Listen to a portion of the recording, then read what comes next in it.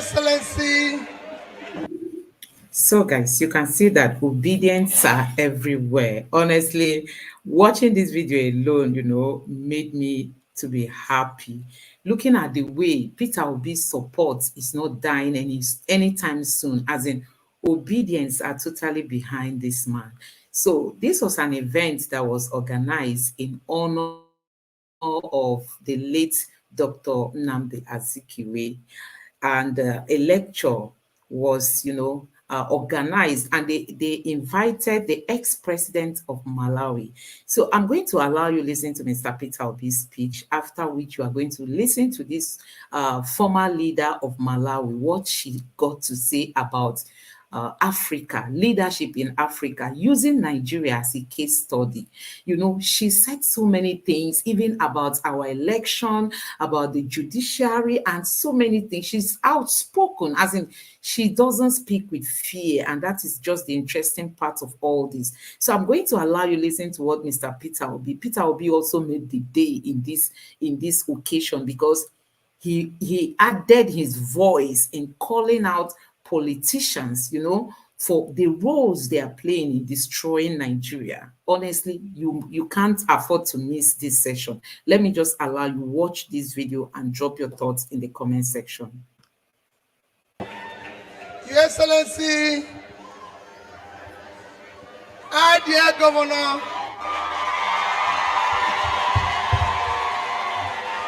please, mine is just a remark.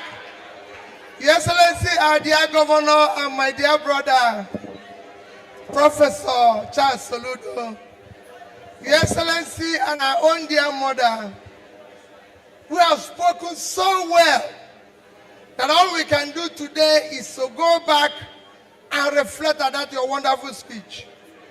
And I thank my dear elder brother for inviting you. Mine is a simple remark which will not take more than 2-3 minutes, and it's to thank you most sincerely for the honor of coming to Nigeria for this wonderful lecture.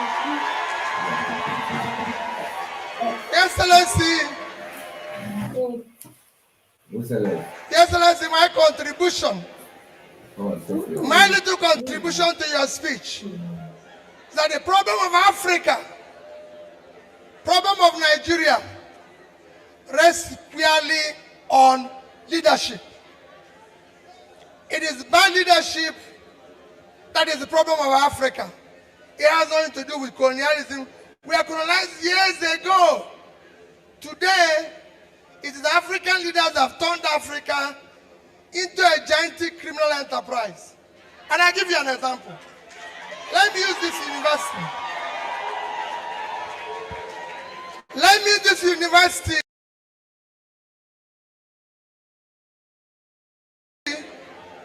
to give you an example of the problem we face in our country. This university, if you're employed here, you work hard for several years to be a professor.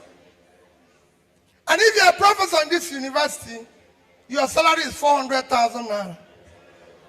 And if they pay you without spending your money for 30 years, your salary will amount to 144 million, which is not up to what we used to buy a car for a legislator in Nigeria.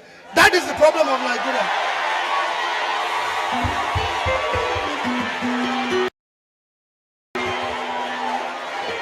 That is the problem of Nigeria. That is number one. Number two, this university where you are,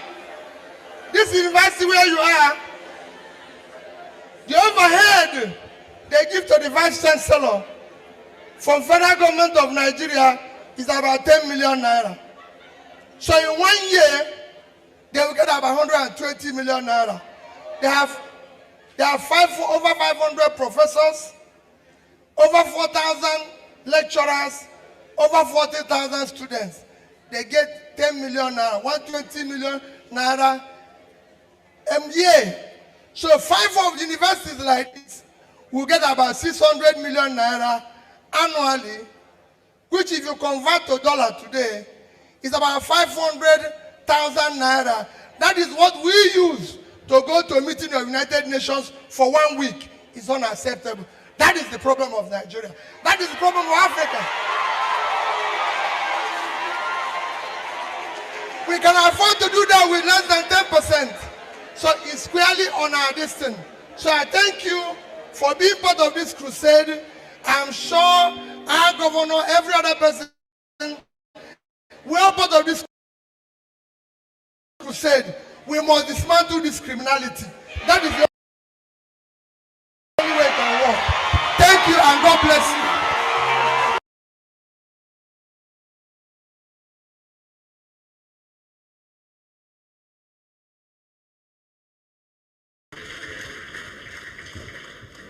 Your Excellency Peter Obi, former Executive Governor of Anambra State.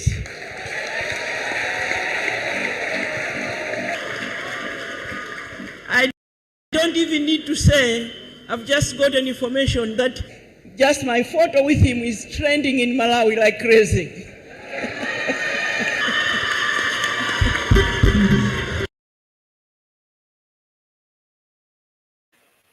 So guys, I don't know if you got what this woman said. She said just her photo with Mr. Peter Obi is trending in Malawi like crazy. You know, everybody, even the African nations, they've come to acknowledge the person of Mr. Peter Obi.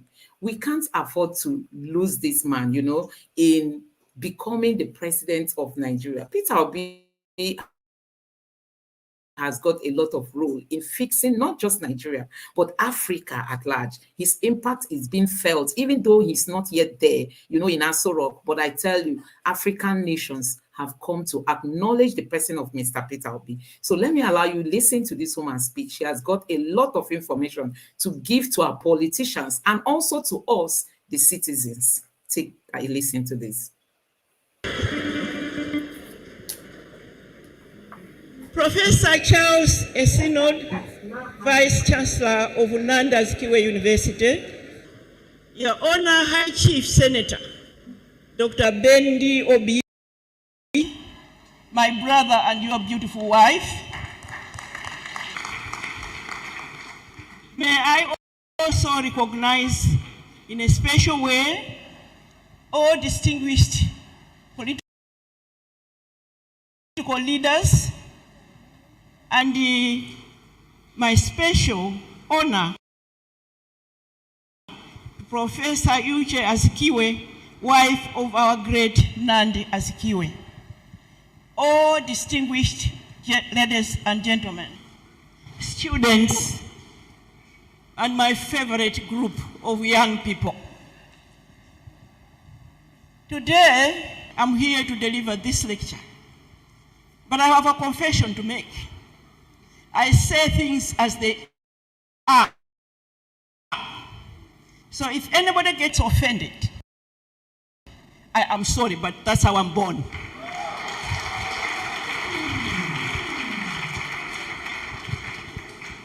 People have articulated the great Azikiwe's story, where he was born and so on, his story. I will skip that and talk about this great man as Africa knows him and what I think he stands for. Distinguished ladies and gentlemen, I'm in the habit of getting to a place for the first time and finding what I can learn from that country. During the elections of this country, I was privileged to be requested by America to lead the observer team of NDI and IRI. I don't know why, but they just felt this African woman will lead this observer team. While I was here, Arise Broadcasting Channel asked to interview me. And one thing I learned for the first time in Nigeria, the question that came from the anchor was, what about vote buying in Malawi? And I said, what is that? Because, distinguished ladies and gentlemen, I had never heard about vote buying in my life. Where I come from, the last elections of 2020, the sitting president used the TPEX to change figures. Our award-winning judiciary nullified the elections.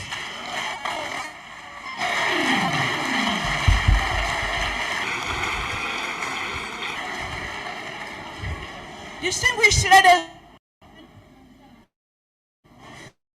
so when I went home, being interviewed how Nigeria was, I told them about this question, and Malawians were abused. We learn every day. Vote by. Today, now to my speech. I have decided that I will broaden my theme. We will touch a lot of issues, at the end of which I will ask questions that you will take home, because Africa needs answers to the issues that are affecting us. Nobody is going to come into Africa to do this for us. We must do it ourselves. And the Zik of Africa, the great Zik of Africa, led the way. Today, 16th of November, is not an ordinary day. Nandi Azikiwe would have been 119, as you've heard already. He died at the age of 91 in May 1996. We are here to honor the life of a gallant fighter for human rights and justice, a man that embodied humanity and servant leadership, a man who we are and have continued to celebrate the great Azikiwe of Africa. We are also a few weeks away from October 1, the day that he became first president of the Federal Republic of Nigeria in 1963.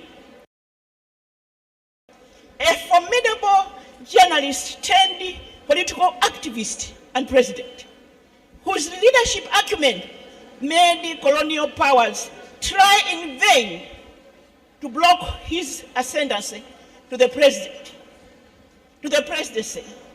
I have therefore always wondered why, when we talk about our revolutionary leaders, our founding fathers, we will mention Nyerere, Kaunda, and we mention Mandela, and often leave out Azikiwe. Distinguished ladies and gentlemen, it is your duty as Nigerians to amplify this name.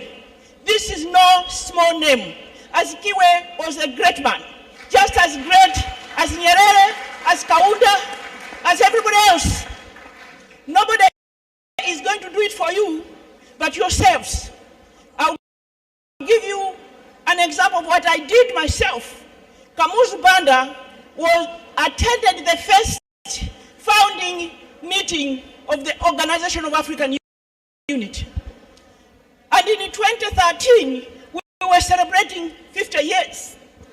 And I got to the African Union headquarters, and they had put all the names on the wall of people they honor and recognize as our founding fathers. And Kamuzu Banda's name was not there. His picture was not up. And I told the organizers, I told the African Union, I'll go back to my hotel until that picture is up. We must do the same for Azikiwe. We must never allow his name to be omitted, because he's a great son of this continent. Distinguished ladies and gentlemen, these lecture series are a befitting celebration of an African giant who, through the power of his pen and paper here in Nigeria, Ghana, and across Africa, before independence, gave us a platform to identify ourselves as proud Africans, and consciously ignited the flames of colonial liberation across the many colonized countries of the African continent. And please follow me. I'm going to talk about women of Nigeria. And I want us to keep in mind that women of Nigeria, of Malawi, of South Africa stood up with their brothers to fight for self-rule. We're not just sitting home. I'm therefore honored to be here as we celebrate Nandi Azikiwe legacy. I'm also humbled that it pleased the convening committee to consider me to be the first woman leader on this lecture series. I hope many more women leaders in various sectors of our African societies will have this honor and privilege to share their thoughts and join the rest of the continent in celebrating the great Zik of Africa. I am grateful to Senator Ben Ndiobi for traveling all the way to Malawi to come and request me to come here as guest speaker. And I'll tell you why. I had come a few years before on the invitation of a certain foundation, and I was treated very badly. Somehow, in other countries, when we go, they want to treat us differently from our male counterparts. But what I didn't realize, that I was mistreated until a fellow Nigerian woman came and told me, "Do you notice anything different?" I said, "No." In 1 hour, it was rectified. But then I made up my mind, I was never coming back to Nigeria as speaker.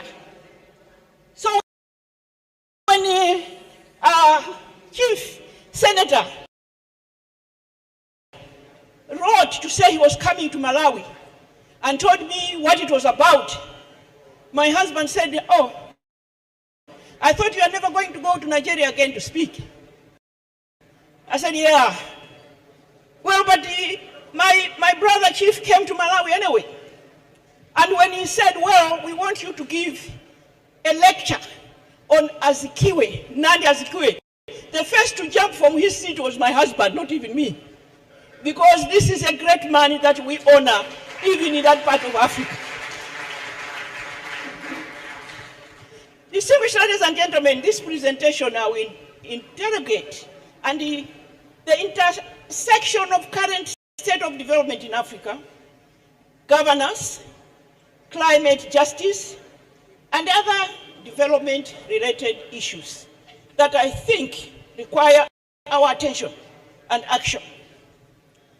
So I have themed my discussion Reclaiming Zik's World, Climate Justice and Africa's Sustainable Development.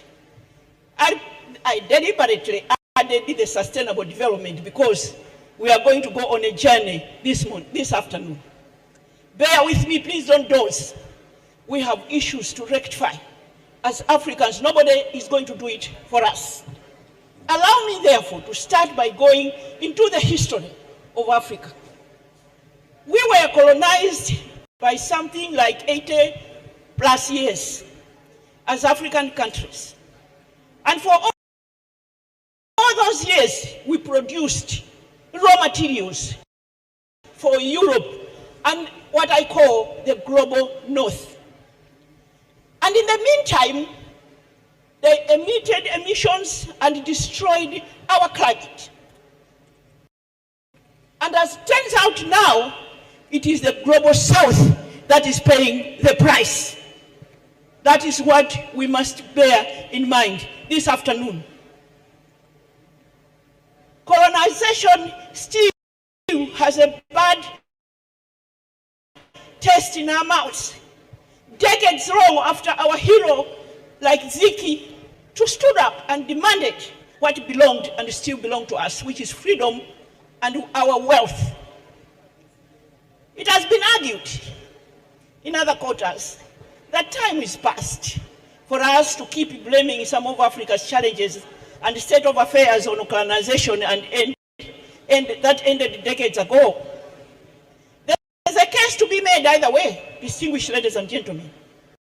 Most African states are really independent from their colonizers. As to what extent that independence means remains debatable. We have seen some former colonial powers continue to control how we should lead our lives, and in the process cause economic and political instability. You have heard of the Pact for the Continuation of Colonization applied in some West African countries by the French government, through which they are bonded to colonial power, including control of their hard-earned reserves. In 1947, the pact, this 1947 pact has just been renewed 2 years ago to further enhance the colonial masters' hold and control of those countries. Can we therefore say the whole Africa is free? Distinguished ladies and gentlemen, this pact was designed to help France maintain control over its colonies. I therefore hold the view that unless we rise and fight together, as the governor said,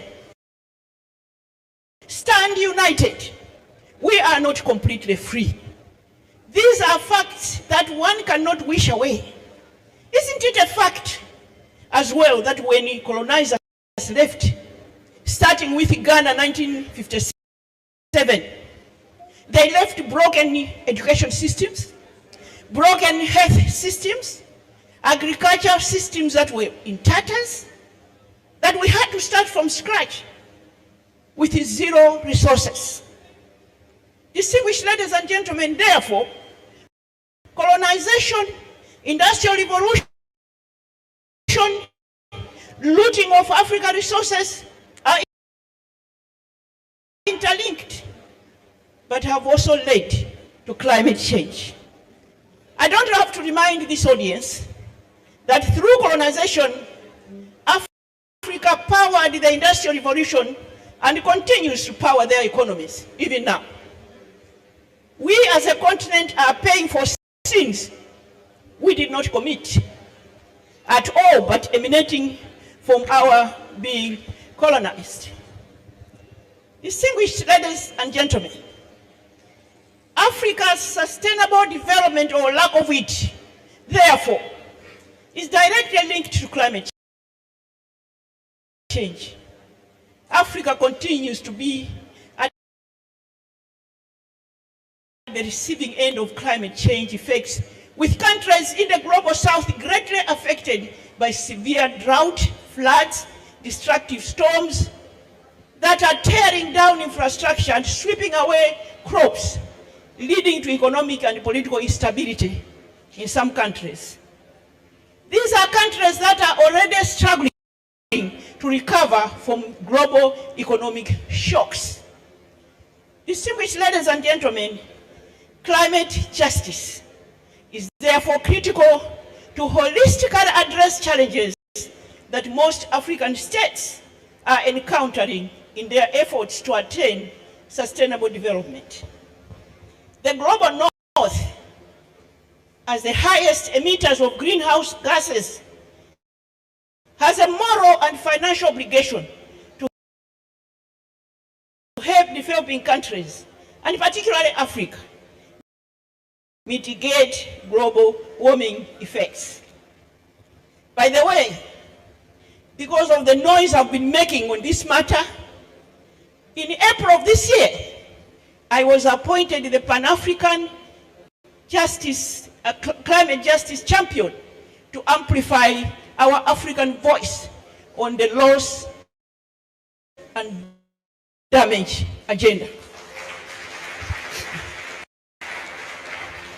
From here, I've been invited by the President of Angola to go and discuss peace in Africa. From there, I've been invited by President Ramaphosa to go and interact with our male counterparts. But from there, I'm going straight to Abu Dhabi. I want to sit there when we discuss climate justice. So climate change is no longer a theory or a future activity.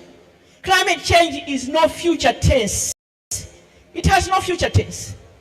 Climate change must be discussed in the present tense. It is a current norm, and we must aggressively mitigate or adapt to the changes to sustain our generation. We have a responsibility to preserve our future and our children's future. Distinguished ladies and gentlemen, this then brings me to the issue of wealth, natural resources. We are told that as a continent we hold 30% of the world's minerals. And I have argued that we may have more, even more than this. But yet, we have some of the poorest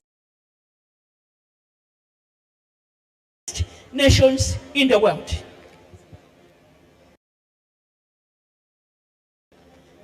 We, in state houses, those of us who call ourselves presidents and governors and leaders, must tell ourselves every day that the natural resources of our land is God's gift to his people, and they don't belong to our pockets.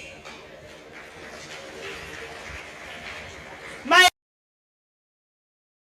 appeal to my fellow leaders is that, first, we must inform ourselves that that wealth is not ours. If our country has diamonds, it belongs to the people. It's not ours. And as leaders, we are just custodians of that wealth on behalf of the people that we lead. Distinguished ladies and gentlemen, this is a famous quote everywhere in the world that Joyce Banda of Malawi once said, "Leadership is a love affair. You must fall in love with the people you serve, and the people must fall in love with you." If that is inculcated in your mind, if it sinks, you will not touch a single diamond that belongs to the people.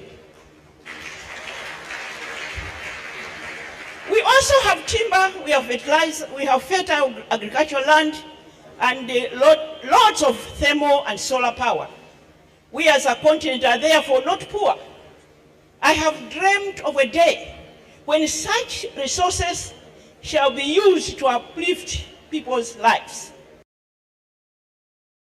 providing them with clean water, easy access to health facilities, and education for their children. I still have that dream, that we shall bring meaning to our political independence. I also look forward to the day when African leaders shall learn to protect this wealth on behalf of their people. Just like Botswana. I think I've seen a lady from Botswana here. In Botswana, when you get into that country, you don't even see a single diamond anywhere. It is highly protected. But you can hear every day that Botswana is one of the richest countries on the continent. They have the highest reserves. And I pay tribute to Botswana's founding father, Seretse Khama, who, when they discovered the diamonds, he made sure there are measures put in place that it shall not be easily accessible. And this sitting president now, I'm told he has said, no export of our raw diamonds, but also investors that want to come and invest in mining in our country, 50-50. You are not going to exploit Africa all the way from wherever. You are going to come and it is going to be 50-50 with the people of Botswana. So when somebody in Botswana gets land, he will go to the government to get a tractor. And then he will go and farm. And he will go back to government to get seeds and fertilizers free. And you send his child from standard 1 all the way to university free. That is what I'm talking about. When a country is rich, the wealth belongs to the people, and leaders must ensure that people are enjoying that wealth. I have always imagined that if Azikiwe, Dr. Nandi Azikiwe had been alive, this is the kind of leader we were going to have. Unfortunately, his tenure was cut short. And me as a politician, I do understand, oh my God, you don't know what we do to each other in politics. But I wish he had been given enough time, because he had laid the foundation for the prosperity and unity of this country called Nigeria. It is pleasing to note that African countries like Zimbabwe and Ghana now have taken the resolute measures to impose strong regulatory measures on exploitation and exploitation of their precious minerals. As a continent, we must be vigilant and stop these odd and late-night flights that land in forests, airstrips, and fly out with our precious stones to unknown destinations. I don't know if you know this, but there are some countries on the continent, when you fly, you see strips, airstrips, and they will come and land at night and load. Nobody knows whether with the knowledge of the leaders, but they are able to land, load, and leave the country. Here in West Africa, one country has demonstrated that if you change that narrative, if you take control of your minerals, you can become one of the fastest growing economies in the world. So, this should be inspiration for us. This should encourage us. We are a rich continent. We are a huge continent with abundant arable land. That's why sometimes I laugh when I see the map of Africa against the world. They put it, they squeeze it so that it looks small. I don't know why they're aiming at us. They must be thinking we have no brain. But we have a continent where America, Europe, and India can go in all at once. Distinguished ladies and gentlemen, it is heartbreaking that in spite of this wealth, Africa continues to lose her resources through illicit financial flows. The African Union in 2012 commissioned a survey under President Mbeki. It is called the Mbeki Report, where they had to look at how our money is moving from one place to another. It breaks my heart that African leaders are called corrupt. But then when our resources leave at night by planes or through this report, they are not, those minerals are not going back to Africa. So this is a situation where we all must take responsibility. Distinguished ladies and gentlemen, the Mbeki report identified that multinational corporations are the biggest culprit of illicit outflows, followed by organized crime. That's why we have to be vigilant. We have, unfortunately, weak governance capacity in most of our countries, and this has created a favorable environment for illegal business to thrive, the panel added. Distinguished ladies and gentlemen, this raises some questions on my mind. One, why is it that our African leaders, we African leaders, are not raising our voices on this malpractice and call for immediate action by the African Union to protect our African wealth, natural resources that are also key in the implementation of our own governing agenda. Number two, and this baffles me even more, these illicit outflows from Africa are domiciled in the West and some tax havens. Why isn't the West aggressively pursuing these criminal enterprises and be true partners in Africa's social and economic development by returning that money back to Africa? Countries continue to struggle to get the money back that was illegally externalized into overseas banks. Distinguished ladies and gentlemen, the foreign countries, I was laughing the other day, they have even got the audacity. When they return the money to the country, they ask the country, how are you going to use it? How did you use it? You must be accountable. Oh, you were not accountable in the first place when you took our money. Distinguished ladies and gentlemen, all this makes me wonder, what would great Azikiwe have done to correct this injustice? Why is it that our generation isn't moved to stop this illicit flow for the sake of the general good of the Nandi Azikiwe legacy? As a continent, we are not just losing these huge resources.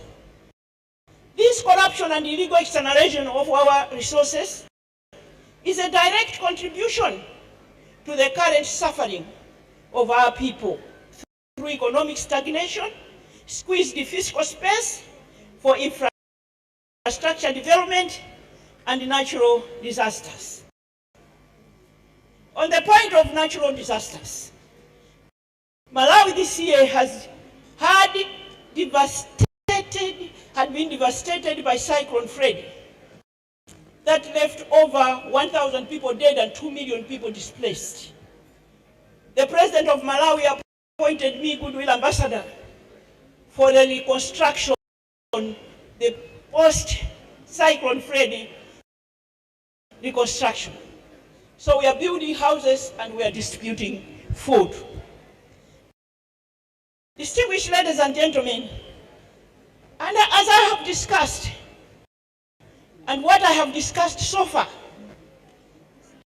shows that there's a direct impact on all these challenges on our women and girls. Men as well, but they have told us that the face of poverty are women and girls. As we speak, and I don't know how this is acceptable, as we speak, 50 million girls are out of school in Africa alone.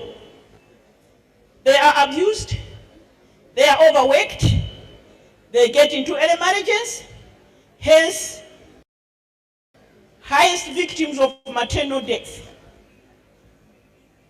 I don't even want to go into harmful traditions that the children face, these poor African girls. If it is in Malawi, they are cleansed by age 9. I don't want to go into what cleansing is because it will make us sick. If it is Kenya, they are mutilated. If it is Nigeria, not only are they mutilated by the preference of a boy child, it's killing us too. When you are married, it is expected that it's better to have a boy than a daughter. And you panic as a woman that it be a boy. If it is a girl, it's not my fault. Go and read science books. It's not my fault. But these are the challenges and the traditions that happen all over Africa. If it is in Ghana, then maybe it is Trokosh.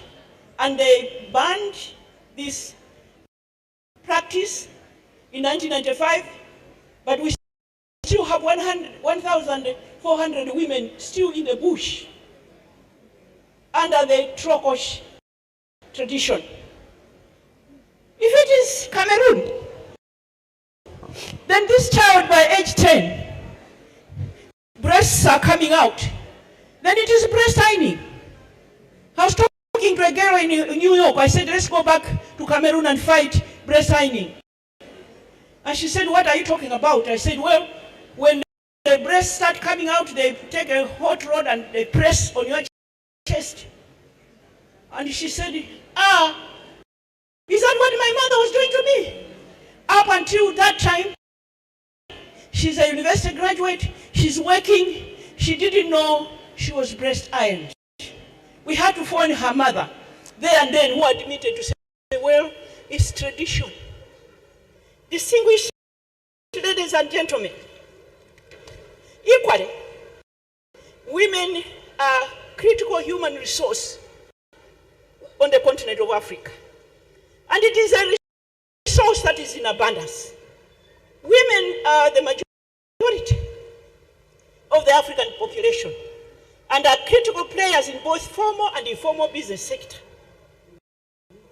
I have always said, and when I said this in Namibia, when President Nyoma was guest of honor at a business forum, I said, and I quote myself, in our African traditions, where men eat first and best and most, men have become the primary beneficiaries of our economic activities. Therefore, our brothers should help us excel in business, because at the end of the day, when we do well in business, our family enjoys better health, better education for our children, and better nutrition. McKinsey Global Institute report shows that women contribute 37% of global economic growth when they are economically empowered. And I have said,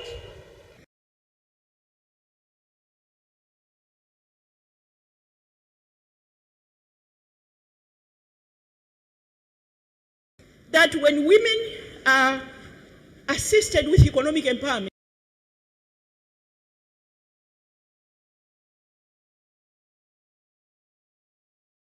it is a key to social and political empowerment. Because in our nations, when we campaign for political office, we have to use a lot of money. And when we don't have money, we don't win. But our communities would benefit from a good leader in us. But we can't win because we have no money. It is worth knowing as well that our African peace security mechanisms have increasingly recognized how critical women are on mediation. So we are demanding that we should sit in those committees and participate in mediation and peacemaking. It is, however, disheartening, distinguished ladies and gentlemen, that these women, these girls, are being exploited by peacekeepers, UN peacekeepers. The reports are there from DRC. Now we are getting reports from Haiti as well. So we have evidence that our women should be protected. In spite of all these challenges, women continue to excel.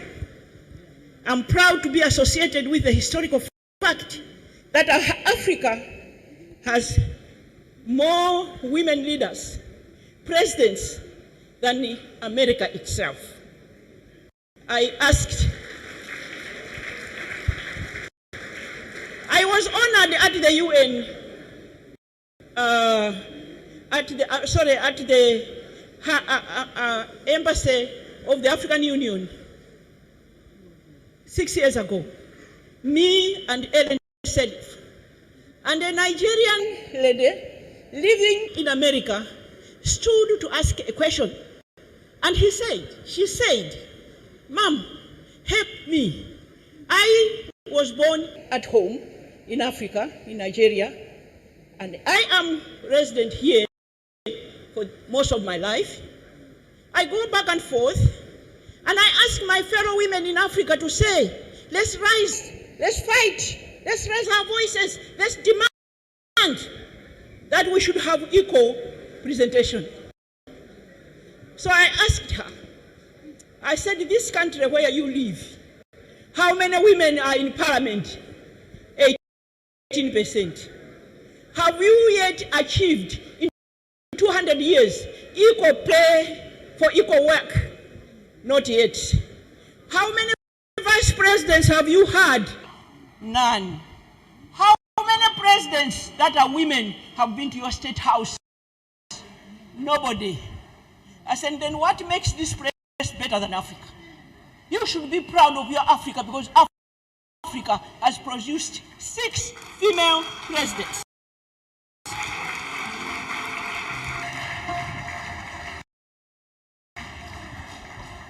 Rwanda holds the highest record of women's representation in parliament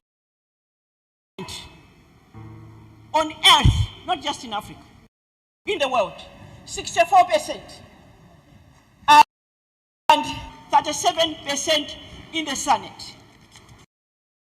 Distinguished ladies and gentlemen, the continent boasts of having produced all these women. My friend Ellen Sirleaf of Liberia transitioned from war to peace. We make better leaders, we take risks, we fight corruption. It fights us back, because when you decide, "I'm going to arrest you thieves," they'll fight you back. They don't just, they're not playing, they have resources to do it.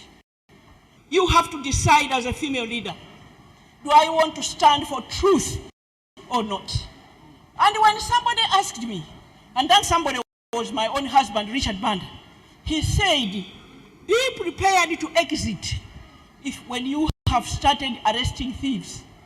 I said, "Yes. If that is the price I have to pay, there is life after presidency, but to jail they will go."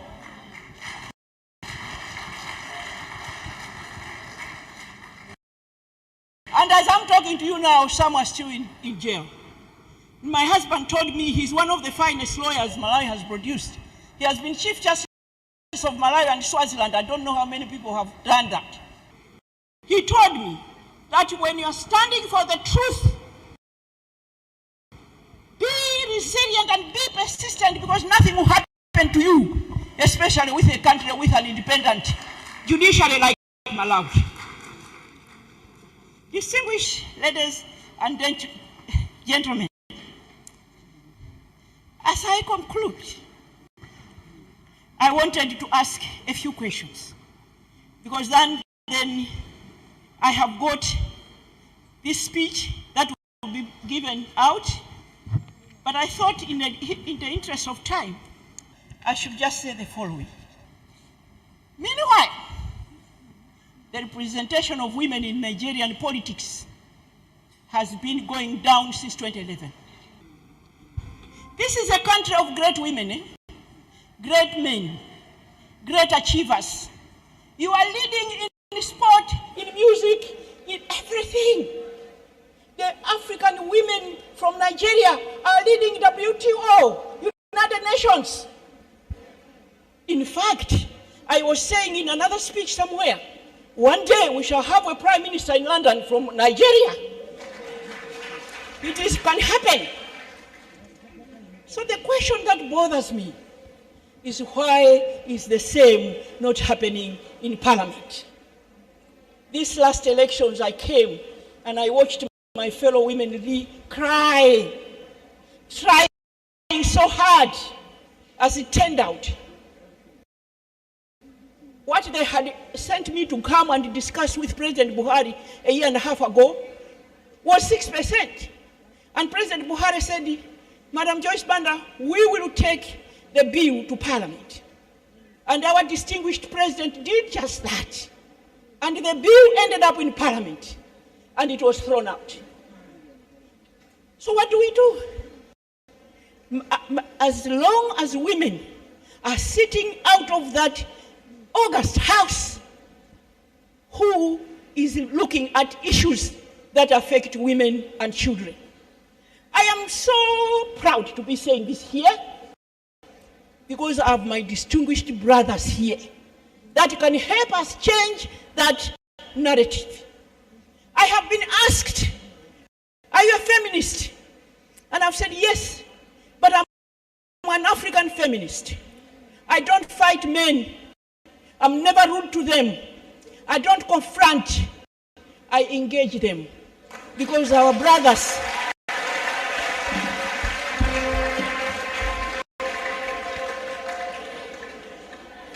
Distinguished ladies and gentlemen, so here are the questions that summarize what I have said, and that forms the questions that we should ask ourselves leaving this place.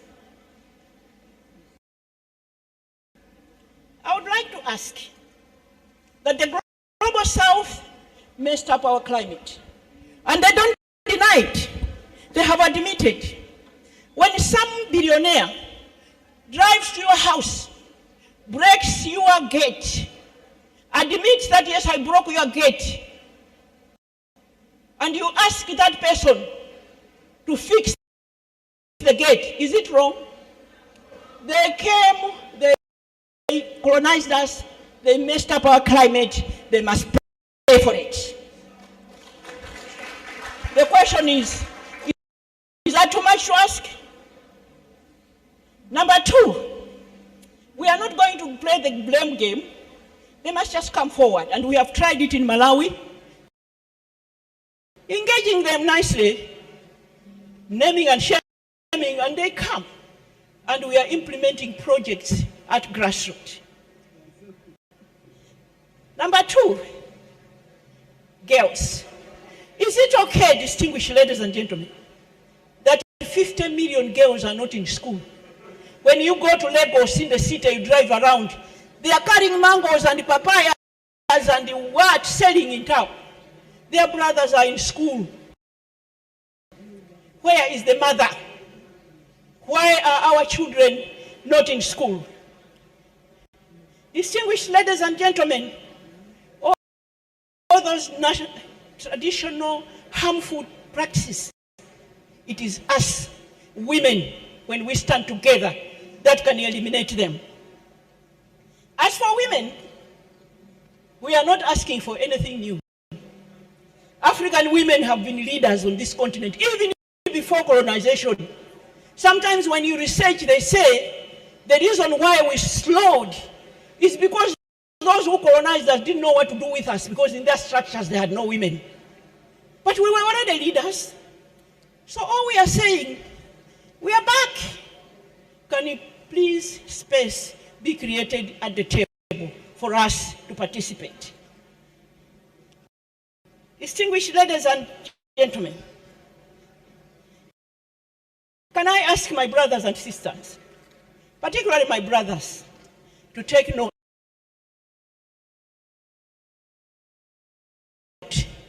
Next time I come, I'll ask my governor, how many women have you taken on board? It's just a simple, innocent question. He will not even be angry with me, because he's my brother. The most painful issue with me today is about the youth. I have helplessly sat and watched our young people run from one country to another looking for opportunities, because where they come from, there are no opportunities. So they end up in South Africa, and South Africans end up in Morocco, and Malawians end up in South Africa, and they're subjected to xenophobic instances. They are killed, they are beaten. They are even dying swimming to Europe.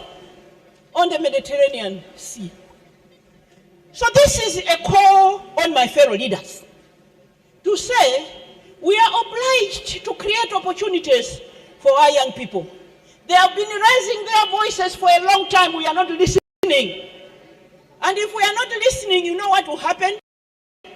While we are comfortably sitting in the State House, another leader will emerge for the marketplace. We shall not even know what beat us, because they are not playing. Distinguished ladies and gentlemen, leaders, we have agreed the wealth in our countries is not ours.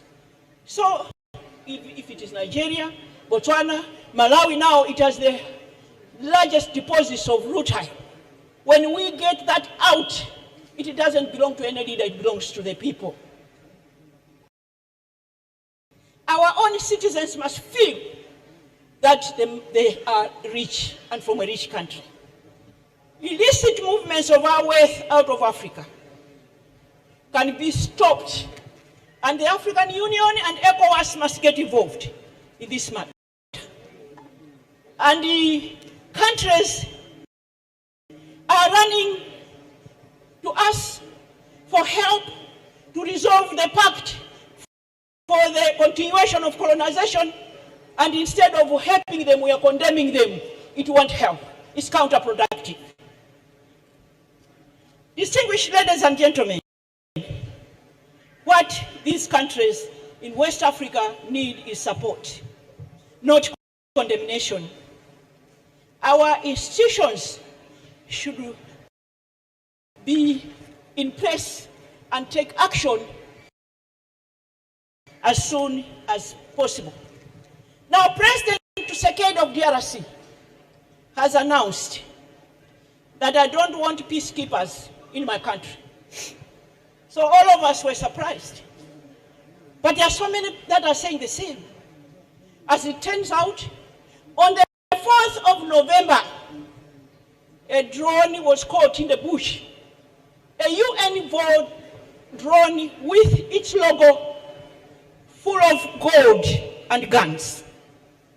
So he was vindicated. What I want to say is to ask the UN to investigate all these reports, because African countries need to know. We have always complained of our president's leaders being corrupt. Now there's a whole crop of leaders who are saying enough is enough. We shall fight corruption. We shall fight abuses. The best African Union and ECOWAS and SADC can do is to listen and do something about the situation. I would like to end by saying, may the spirit of Dr. Nandi Azikiwe, may his vision continue to propel us to make Nigeria and Africa a great place for our children. Thank you.